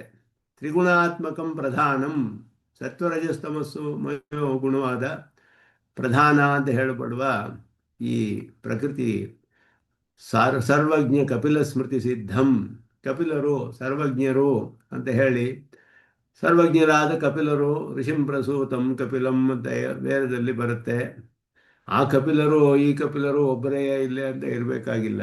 ವೇದದಲ್ಲಿ ಹೇಳಿರೋ ಕಪಿಲವರು ಬೇರೆ, ಇವರು ಬೇರೆ. ಆ ಸ್ಮೃತಿ ಸಿದ್ಧಂ ಸದ್ ಅವರಿಗೆ ಕಾಪಿಲ ಸ್ಮೃತಿ ಅಂತ, ಅವರು ಸಾಂಖ್ಯ ಸ್ಮೃತಿ ಕರ್ತ. ಅವರು ಸದ್ವಿದ್ಯಾ ಪ್ರತಿಪಾದ್ಯಮಿತಿ ಪೂರ್ವಪಕ್ಷೆ ಪ್ರಾಪ್ತೆ. ಆದ್ದರಿಂದ ಸಚ್ಛಬ್ದವಾಚ್ಯವಾದ ಸದೇವ ಏಕಮೇವ ಅದ್ವಿತೀಯಂ ಅಂತ ಹೇಳಲ್ಪಟ್ಟ ಪದಾರ್ಥ ಪ್ರಧಾನವೇ ಹೊರತು ಪರಮಾತ್ಮನಲ್ಲ ಅನ್ನೋದು ಅವರು ಪೂರ್ವಪಕ್ಷ. ಈ ಸದ್ವಿದ್ಯಾ ಪ್ರಕರಣದಲ್ಲಿ ಸಚ್ಛಬ್ದವಾಚ್ಯವಾಗಿ ಹೇಳಲ್ಪಟ್ಟಿರೋದು ಸತ್ ಅಂತ ತಾನೇ ಹೇಳಿದೆ. ಅದೇನು ಅಚೇತನವೋ ಚೇತನವೋ ಅಂತ ಹೇಗೆ ನಿರ್ಧಾರ ಮಾಡ್ತೀರಾ? ಜಗತ್ತೆಲ್ಲವೂ ಕೂಡ ದುಃಖ ಸುಖ ದುಃಖ ಮೋಹರೂಪವಾಗಿದೆ ಸತ್ವರಜಸ್ತಮಸ್ಸಿನ ಪ್ರಭಾವದಿಂದ. ಜಗತ್ತು ಹೇಗಿದೆಯೋ, ಕಾರ್ಯ ಹೇಗಿದೆಯೋ, ಕಾರಣವೋ ಅದಕ್ಕೆ ಅನುಗುಣವಾಗ್ತಾನೆ ಇರಬೇಕು. ಯಾವುದೋ ಕಾರಣದಿಂದ ಯಾವುದೋ ಕಾರ್ಯ ಬರೋದಿಲ್ಲ. ತಿಲದಿಂದ ತಾನೇ ತೈಲ ಬರುತ್ತೆ, ತಿಲದಿಂದ ಬೇರೆ ಏನೋ ಬರೋದಿಲ್ಲವಲ್ಲ.